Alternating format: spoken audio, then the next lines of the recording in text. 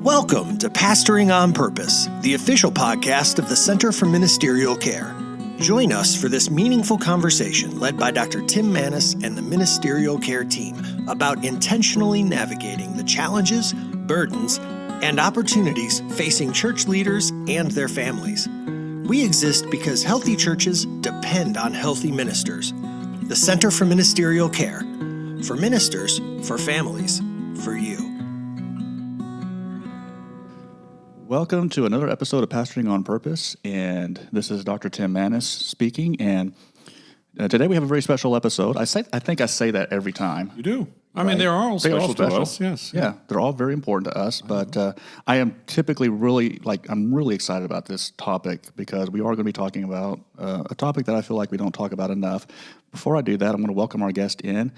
Today we have with us Sarah McGinnis. Sarah, say hello to everybody. Hello, everyone, and thank y'all for having me on today. Well, it's an honor, and we're going to be talking about human trafficking today. Before I do that, just to give you a little background about Sarah. Sarah is the founder and CEO of Willow Bend Farms, an organization committed to restoring survivors of human trafficking. A survivor herself, Sarah is also a national speaker, educator, author, and advocate. Her journey and work are a powerful reflection of Isaiah 61:3, God's promise to give a crown of beauty instead of ashes, the oil of joy instead of mourning, and a garment of praise instead of a spirit of despair. Sarah, welcome to the podcast. Thank you. Sarah, got to share a little bit about the ministry that you all do. First of all, what was it that really got you interested in helping survivors of human trafficking? Let's start from there. Well, that's a loaded question because I wanted nothing to do with it. Yeah. The Lord really pricked my heart to begin Willow Bend before, obviously, it had a name. And I was not very receptive to the idea. I gave him all the I can'ts, I don't know how, I'm not qualified, all those things. And one day when I was praying about it, I just felt a drop in my spirit that said, I didn't ask you if you could, I asked you if you would. And my response was, oh, you just need somebody that's crazy, that's fine. I can relate. Okay, all right, you just need someone to step into this. And that is how the journey began, a little bit of how it began. And it wasn't anything that I wanted. I didn't want my past to be a part of my present or my future, but he did. Yeah. You know, I think about the verse where it talks about the Lord is close to the brokenhearted and Yes. save those who are crushed in spirit. And to me, it seems like that's a big part of what you do. I mean, everyone you work with are obviously brokenhearted, going through a very difficult time. And we're going to take a quick break, and we're going to come back, talk about faith, trauma, and get a little bit more into restoration. We'll be right back right after this. The Center for Ministerial Care provides professional counseling services for Church of God ministers and their families free of charge. We're here to help with marital or financial stress, burnout, depression, loneliness, grief, or any challenge that you might be facing.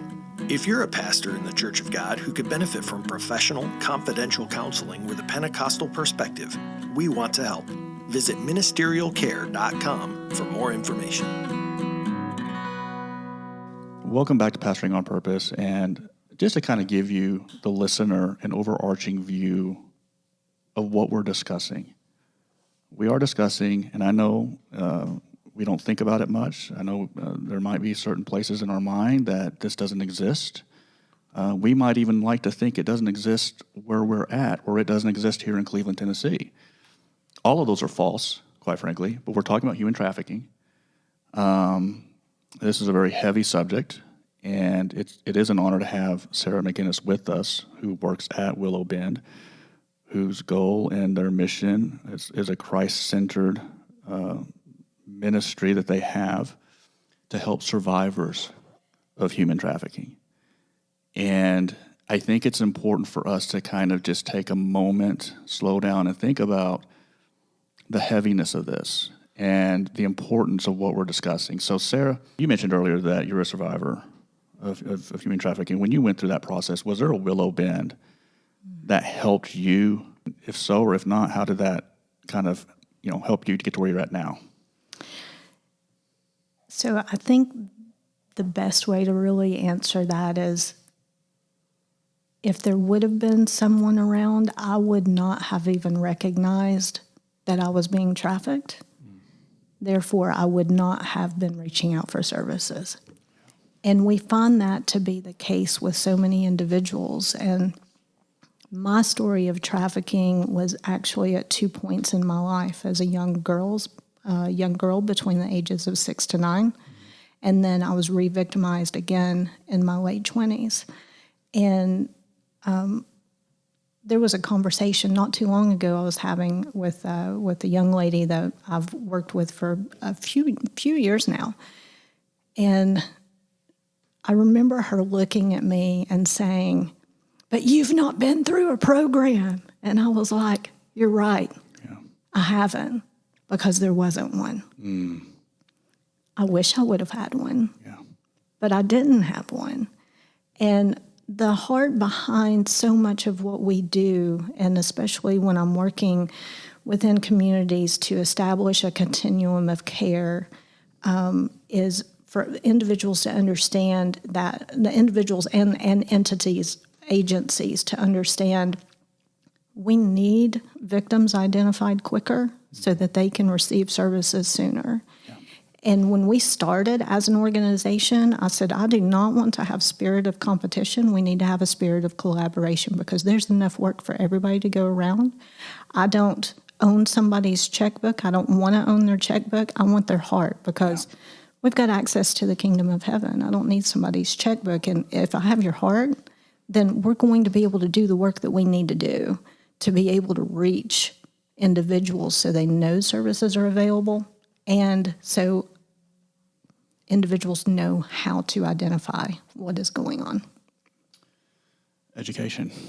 Yes. Yeah, it's important to educate ourselves on the topic. And you talked about earlier about how sometimes, or many times, quite frankly, that the people you're trying to help, the girls you're trying to help, they either don't think they need help or they don't want help. You might get a response that may not be very welcoming, right?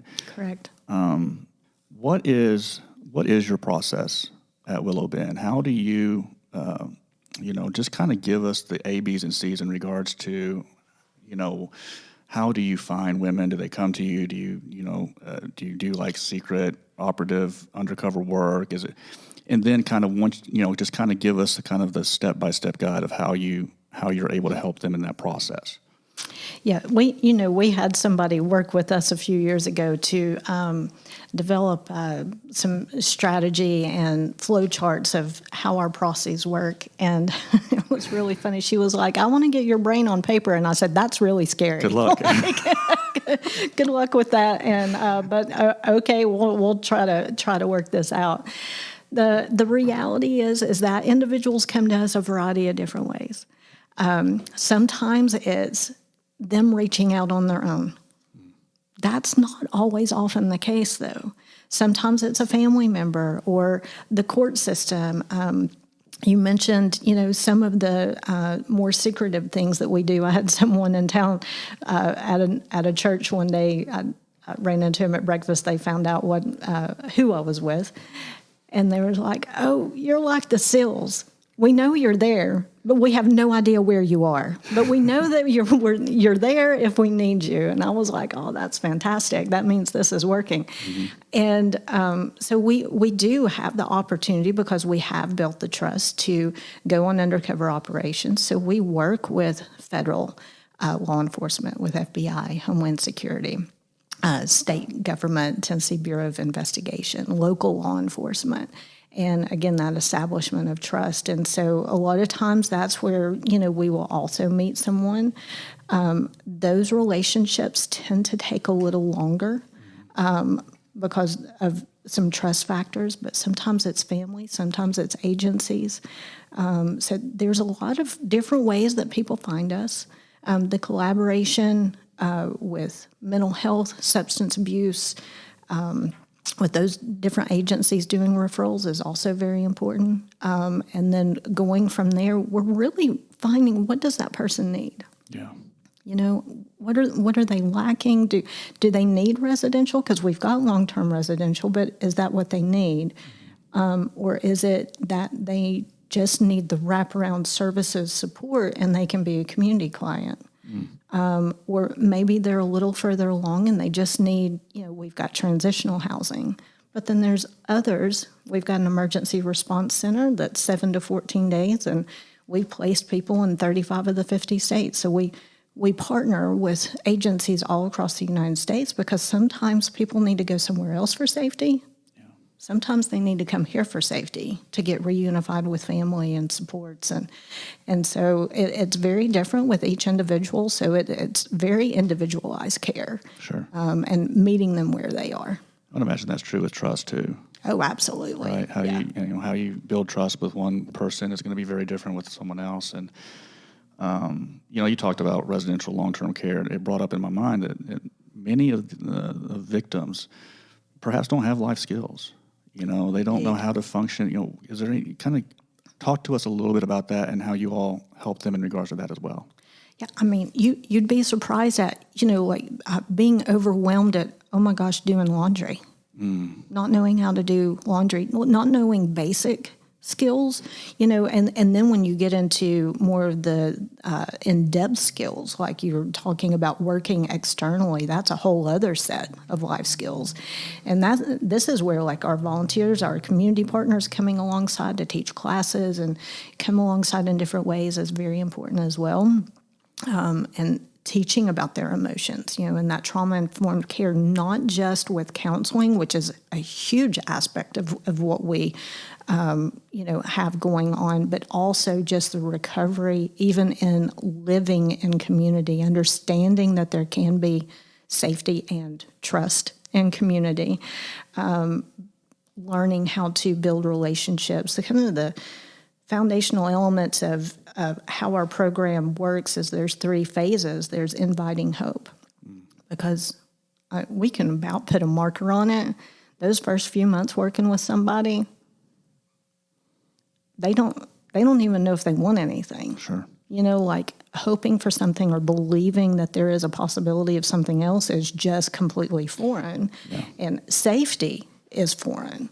And so inviting hope and then igniting joy and finding what brings them alive and then inspiring love, and it's loving themselves and learning to love others and those healthy boundaries and serving others and just externalizing some of those community supports. I love how communal it is. A ministry this big requires a lot of other agencies, a lot of other people to work together. Absolutely. If we didn't have a lot of support, we couldn't do this, because it would tear you down. Because sure. You mentioned earlier, the hard times. There are hard days, and it's hard not to take it home.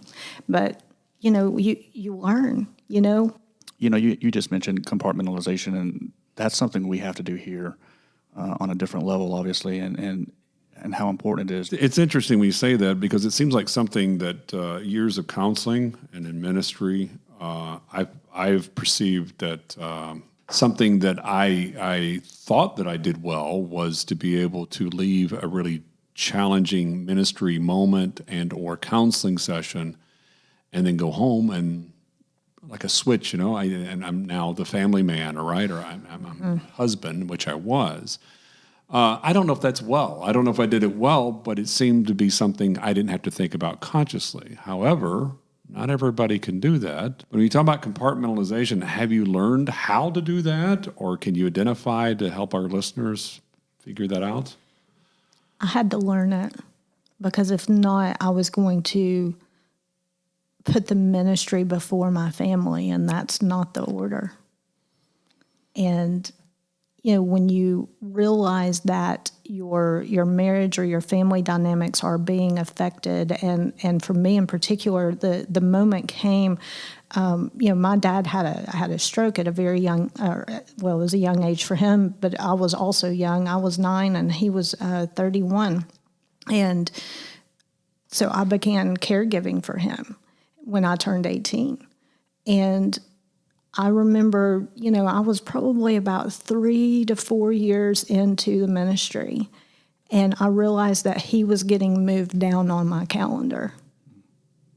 And I was fitting him in when it worked, and then I realized that there was this gap in time. I realized it was a few days since I'd seen him. I am a daddy's girl, and then it was like, oh my gosh, what's happened to me? Where did the order get mixed up? And so I began looking hard at my relationships, my friendships, my marriage, with my dad, with these other things, and it's like everything's out of order. I have to do something different.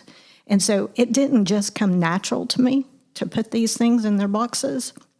I had to be very intentional about it and realize, yes, am I doing the work that the Lord wants me to do? Yes.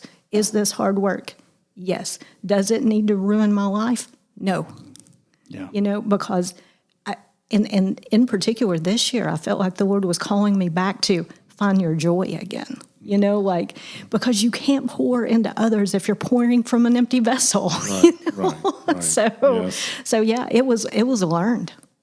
Well, it's something we've talked about on the podcast, and it's really important to know in ministry and in counseling is setting the boundaries. Again, these words sometimes can be interchangeable, but they're not necessarily.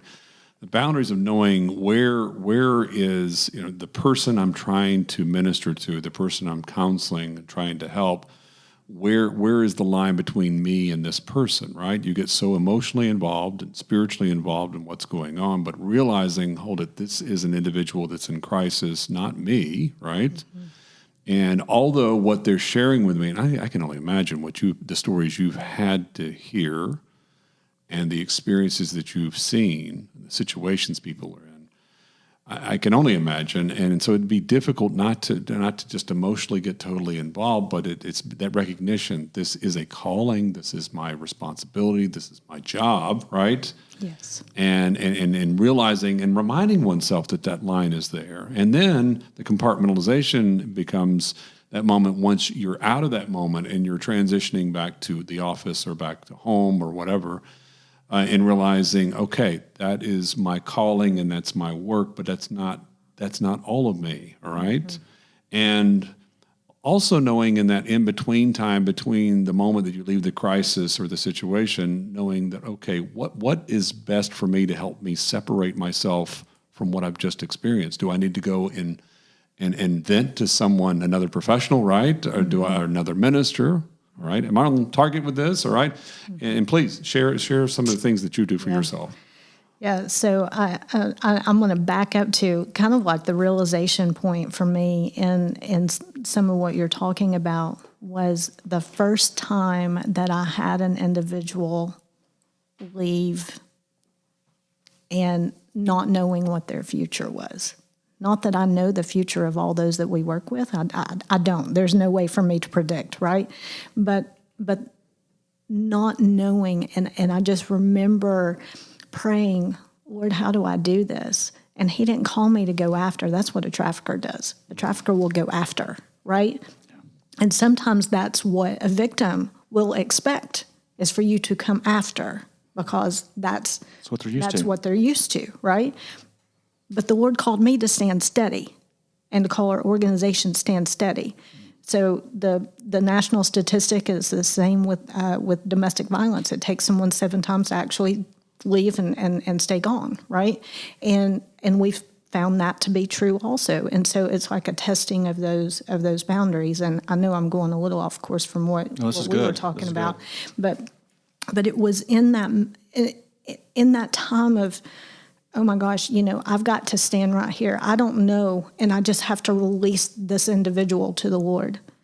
I have no idea, if I'm ever going to hear from this person again. I don't. They're moving into an area that I don't believe is safe for them. But I have to trust that the Lord has their best interest, and He has intervention when it's needed. I think that's beautiful. I think it's difficult though for people because you feel like you are. It's almost like saying, I don't care, right? You're not saying that, but I mean, it can be misinterpreted as that if I let this release this person, all right, as I walk away, and I've done all I can do at this moment, by choosing not to carry that person mentally with me means I really didn't care. And that's not correct. That's not accurate, right? It's actually not healthy either. Yes, absolutely. And you have to separate your mind from that. And exactly what you just said is very pivotal in that. You can't carry the guilt of that. And you can't carry like whatever happens next, you can't put that on your shoulders, because that's not what the Lord intends. That's not how God designed this thing, and there's accountability and responsibility by the individual as well. And if there's something that's hard for the team to learn, especially if you have a new individual coming in and joining the team, it's that. You have to release. There's right. going to have to be these individuals. You're never going to know the outcome. And it doesn't matter what the outcome is. You had a part to play, and you do what the Lord called you to do, but then, you have to go forward. The first funeral I ever had to speak at, it was horrible. I hated it. I didn't even know that I was going to be speaking. I was going to attend a funeral of a girl that I had worked with. And the family says, "You were the last person to speak with her on the phone. Would you mind saying a few words?" And I was like, what am I going to say? I was the last person to talk to her. Is somebody going to put that blame on me? Is it, but what I was able to share with them was our last moments on the phone. She asked me to pray for her. Wow. What happened next, I had no control over. Right. But it is one of those difficult things in ministry and in this work that it'll send you off the chain. Yeah, and listening to you, I'm thinking, that separation we're talking about, compartmentalization, but also you can't help when you're totally involved in a ministry like this, feeling like you're responsible for saving. Yes. I know, out of that context, it doesn't even make. It sounds silly for me to say that, but you know what I'm talking about. When you're in, it's like, no, I've got to stay here and save this person, which is you've lost focus, right? You've been assigned. God has put you in this situation or in this assignment so that you can help the individual, but not to save them. That's only He saves them. Correct. Well, you mentioned your team. After after an episode, after an intervention, after you've completed some casework, do you guys get together and do some debriefing, or how do you handle the emotional baggage, so to speak, that goes along with this? Yeah. So anyone out there listening that has had any interaction with any residential housing, you're going to know, man, sometimes it's just chaos. Debriefing with your team and checking in with them after an event, oh my goodness. And giving everyone that space, and really understanding and having no judgment for the feelings that may arise because of what you may have just experienced together. And, the concerns, the emotions, being able to just be very open, honest, vulnerable about those things, and then getting your team to a safe place, of understanding this is a part of the dynamic, and it's important, it's imperative. That's how we are so close. That is, because we're working in pretty intimate spaces, when you're talking about these emotional and these mental and the spiritual abuse that a lot of individuals have come through, like so many different elements, and you never know how those are going to come out. But supporting the team is as important as supporting the survivor. Mm. I would imagine you are like family. Yes, we are. And so very dysfunctional family, but we're a family. Aren't we all, though? Let's be honest. Dysfunctional at some point. The compartmentalization, I can't, and the trust of letting go, right? The verse of scripture that comes to my mind is, "Be still and know that I am God." Yes. And we preach about it all the time, trusting in God. We make it sound so easy. Just have faith, right? Just have trust, right? That's all you have to do. If we're being honest with it, that's really difficult to do, right? Yes. And I think all of us in ministry have a hard time or struggle with accepting that we have assignments. Mm-hmm. We over-identify. This is not just in ministry. This is in many professions, but especially in ministry, we over-identify with our assignment that God's given us, with it being who we are, and that's where those boundaries don't exist, or they're breaking down. And it is more difficult to compartmentalize when you identify with what I do in the ministry that God's given me is who I am. Yeah. Because who am I outside of that? Right? Your whole, what I heard you say is that, it's a job, it's your ministry, it's not your life. Yes, but I had to get there because I remember, a few years ago being like, I don't want to be Willa Ben Sarah. I just want to be Sarah. Yeah. I want to derobe Willa Ben so I can just be who I am, and recognizing that you need to do that is important. Wow. We're going to take a quick break, and when we come back, we're going to finish up this important topic. We'll be back right after this. If you would like to help support the Center for Ministerial Care continue its mission of serving those who so faithfully serve all of us, we encourage you to like us on Facebook, subscribe to this podcast, and share it with others. You can also visit our website at ministerialcare.com and click the donate button to make a contribution that directly benefits our services.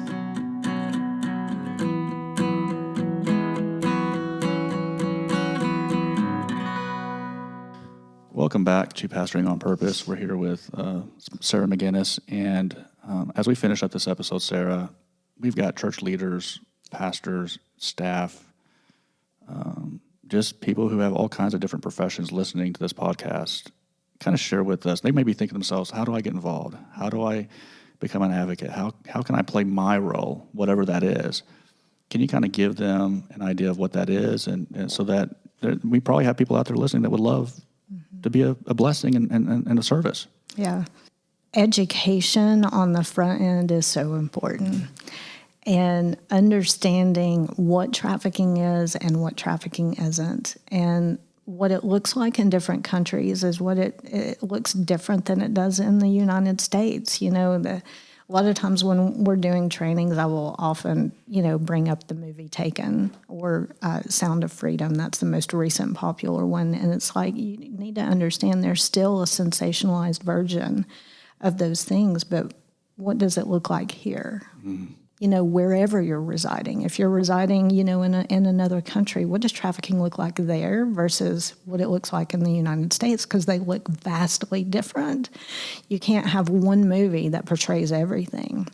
Like Sound of Freedom, it was a great movie. It brought great response from the entire nation across the world about, hey, there is trafficking that exists. What I wished would have happened was the follow-up conversations. I think that there was a gap there where we could have continued like, okay, now what do we do? Which is the question that you asked me. That education, understanding what it looks like, understanding the resources that are available. We have this thing, we have a prevention campaign that's called Are You Awake? And it came off of a call that I got one night. It was about 11:30 at night. I had someone call our hotline, and I knew it was outside of my scope. And I sent a text to our human trafficking agent with the Tennessee Bureau of Investigation that said, "Are you awake?" The next day when we got off that call, because this is 11:30 at night, it's like 2:30 the next day, we were walking out of a police station. He said, that needs to be your prevention. And I said, I'm really tired. I have no idea what you're talking about. And he said, are you awake? Because people need to be awake. And so we've been able to take that and nuance that into a lot of prevention efforts. But with churches in particular, we love to go in and we want to talk to the kids, but we don't want to talk to the kids first. We want to talk to the executive staff, the admin staff, the youth group, the leaders in the church. We want to empower them. We want them educated before we ever get in front of the kids. Because if something is identified or someone comes forward, they need to be empowered of what do we do next. Yeah. And so, those that want to be involved, get educated. Find those people around you who are the experts. Find those people and those agencies that are reputable, because there's some organizations out there that I won't associate with.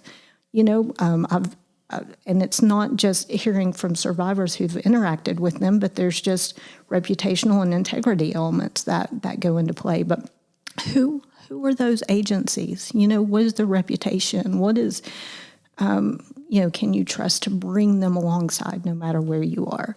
And begin to educate, and then to know what to do next, And if somebody's heart is pricked in this ministry, I've already said it on here, I'll share everything we have, from handbooks to, like documents to intake stuff. It doesn't matter to me. Anything that we can do to mobilize people quicker, we're all for it. You mentioned reaching out to reputable agencies. What are some things people can look for to notice this is reputable and this is perhaps something we don't need to trust? Yeah, well, understanding from a survivor's perspective, and I'm not even talking about my own, I'm just talking about in general, being faith-based and Christ-centered is extremely important in the work that we do. But so is meeting that individual where they are at. I can tell you the horror stories that I've heard of people saying, well, you've got to be saved and believe in Jesus before we can, and I'm like, back up, let's. That's where education comes in. Yeah, let's take a few steps, breathe a little bit.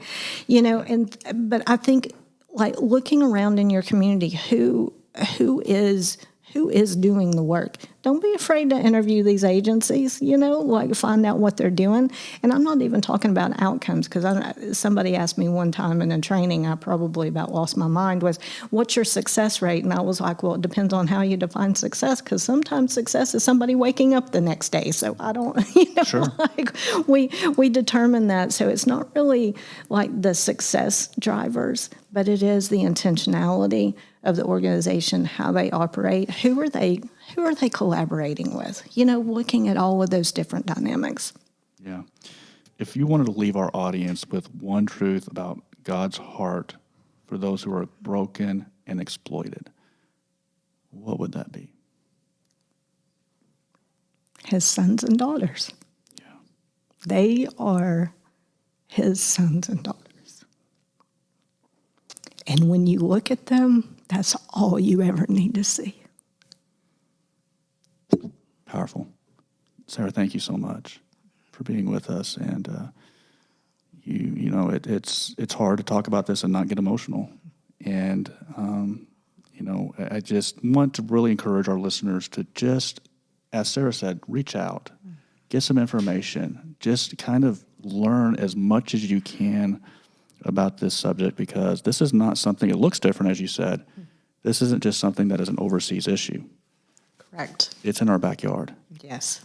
Sarah, I want to say thank you so much. Thank you for the work that you do. Yeah. Thank you for your ministry, following the Lord's call to do something that many of us couldn't do, wouldn't want to do. But thank you for sharing your heart. And your message to our brothers and sisters who are listening today in their churches. What can they do? They can take this subject that I think many of us want to avoid and pretend like it's not there because it's so uncomfortable, Correct. all right, and so unpleasant. And we can take the hidden and make it visible. That's what we can do. Yes, bring the darkness to light, because that is where healing takes place. Exactly. Thank you. The enemy loves darkness. He does. Right? Mm-hmm. But we do need to bring it out into the light. Before we finish, kind of give our listeners a way they may want to be able to contact. If they want to learn more about it, human trafficking, more about your ministry, how would they be able to reach out to you? They can go to willowbendfarms.org. That's the website. We also have social media at Willow Bend Farms. And we have a lot of information on our website, too, about the myths of trafficking versus facts. Lots of educational resources for parents, for agencies, that we have linked, because it's one of the things that we've wanted to empower the community and anyone that is interested. And so, that's how people can find us. willowbendfarms.org. Please feel free to reach out, and I know that you all would be glad to hear from our ministers, and we definitely want our churches to be able to get involved in this very important ministry. Thank you for listening to this episode. There's nothing else I can say. We're going to finish it up for myself, for the professor, Dr. Jeff Sargent, for Sarah, and for our producer, Ryan. We'll see you next time on Pastoring on Purpose. And until then, God bless.